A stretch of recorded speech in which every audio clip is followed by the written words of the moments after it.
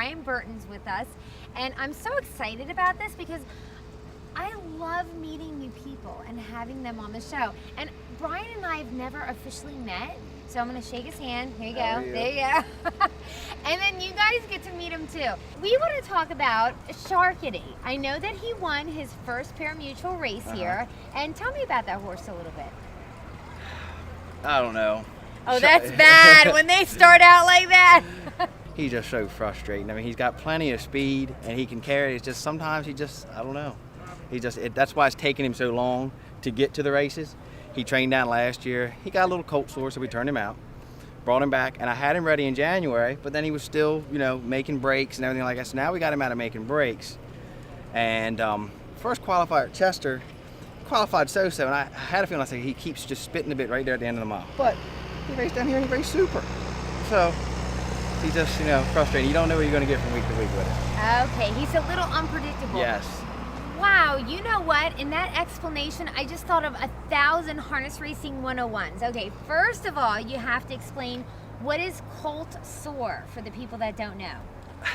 A lot of horses, not every horse is made to go right out of the box. They're like a young kid. I guess I could equate it to like a young baseball pitcher or something like that. They want them to throw fastballs. They don't want to throw any curveballs and everything like that. And they got to let their arms develop and everything. So you don't want to put a whole lot of, and then you got other kids that they're mature at age 12. They're throwing 70 miles an hour in the little league World Series, and then when they get to high school, they're still throwing 70 miles an hour. Right. So just colt soreness. He just needed time to grow, mature. The other thing is spitting the bit. They don't actually go on the racetrack and take their bit and spit it out on the mat. That's not a literal term, right? No, it's not. Spitting the bit. Well, usually, I've learned when I first started driving, it was all gung ho, go as hard as you can go. If he can't take it, he isn't any good. But since I've been driving, I guess I've been driving since I was 25 or 26. I'm 31 now, and last couple of years I was driving a lot. And to make a horse go more, keep the bit in their mouth, and they'll go that much more for you. As long as you can keep it in there, but then when they let go of you, and that's what, you can feel them when you're driving, you can really feel them up on the bit. They want to go. But spitting is when you don't feel them wanting to go anymore, and they're kind of just... Okay. Yeah, it's funny because a lot of people say, like, why do drivers lean back in the sulky all the time? Believe it or not, and I know this sounds totally crazy, I've never driven a horse, but I know from watching, and I know from talking to a lot of drivers, when you put the bit far up in their mouth, they actually feel like stronger. Like it gives them confidence, like they can go faster. Mm-hmm. So when they start to spit the bit out and they just can't go anymore, I mean, that's kind of what, that is. But yeah, I mean, people are like, why do drivers lean back like this? Can you get this, Robert? Robert's my camera guy. Yeah, that's me driving if I was a driver. Do I look good driving? And other ones you'll see them like you'll see on the screen. They'll shake the lines. That's to try to get them back up on the bit. Oh, okay. They'll shake the lines a little bit. Oh, wow. This is like a huge educational segment with Brian Burton. Now, I gotta tell everybody about this like 3-year-old you have. The horse's name is Majestic Jackpot. First start in the Meadowlands. He cuts it out. I just didn't have any on the end of it, I had one of my older bikes on him because he hits the newer bikes and everything like that.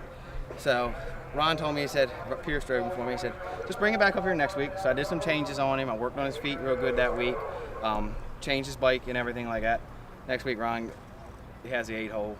Ron strolls him out of the gate like 27 flat, 55 and 1, and Georgie Brennan come with one from out like the 3 or the 4-hole and clears the lead. So going around the last turn, I said, I'm a winner here. I'm a winner. It went 3/4 like 22 and 1 or something like that.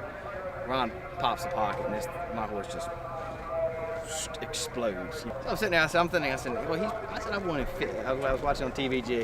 So I was like, he's won 51, maybe 50 in a piece. No, 49 and 4 flashes over there.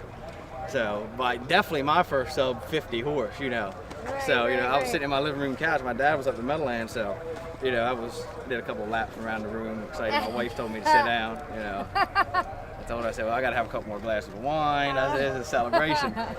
Well, we have a whole bunch to look forward to, but let me tell you, I'm a little worried about Brian taking my job because isn't he really good, right?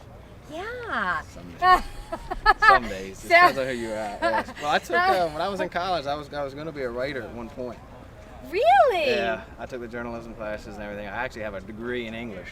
Oh my gosh, we have to cut that out because I want to keep my job. Yeah, Brian would but be the perfect you can have post time host. Yeah, you can have this because I realized I did an internship with the school paper and a couple others, and I just realized I said this is just to be a beat reporter or something like that. You gotta be everywhere. You gotta be like on call constantly. You know, there's no day off.